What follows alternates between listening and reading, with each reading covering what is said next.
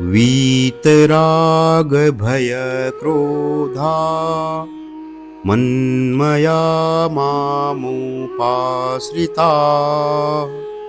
बहवो ज्ञानतपस्सा पूता मद्वभावमागताः।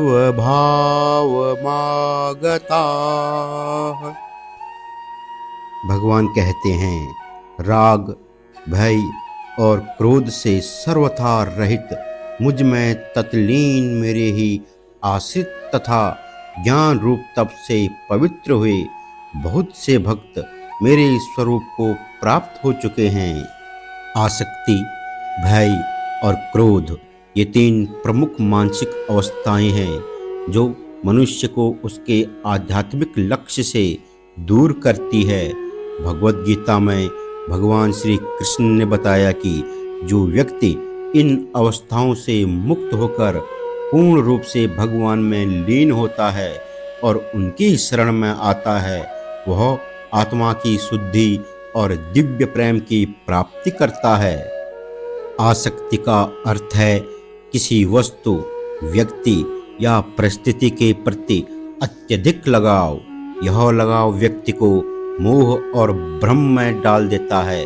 आसक्ति के कारण व्यक्ति अपने कर्तव्यों से भटकता है और सांसारिक वस्तुओं में सुख खोजने लगता है।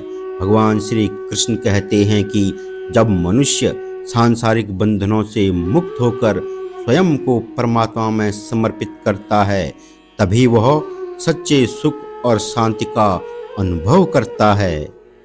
भय का कारण है अज्ञान। जब व्यक्ति परमात्मा में पूर्ण विश्वास करता है तो उसका भय समाप्त हो जाता है। भगवान में लीन होने का अर्थ है यह समझना कि हर परिस्थिति में परमात्मा का हाथ है और वे सदा हमारी रक्षा करेंगे। ऐसा विश्वास भय को जड़ से समाप्त कर देता है। क्रोध मन की अशुद्धि का प्रतीक है। यह तब उत्पन्न होता है जब हमारी इच्छाएं पूरी नहीं होती। क्रोध न केवल मनुष्य के मानसिक संतुलन को बिगाड़ता है, बल्कि उसके आध्यात्मिक विकास में भी बाधा उत्पन्न करता है। भगवान की शरण लेने से व्यक्ति का मन स्थिर और शांत होता है, जिससे क्रोध का प्रभाव स्वतः समाप्त हो जाता है।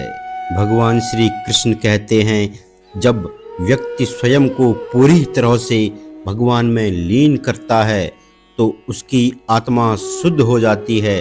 यह लीनता साधना, भक्ति और ज्ञान के माध्यम से प्राप्त होती है।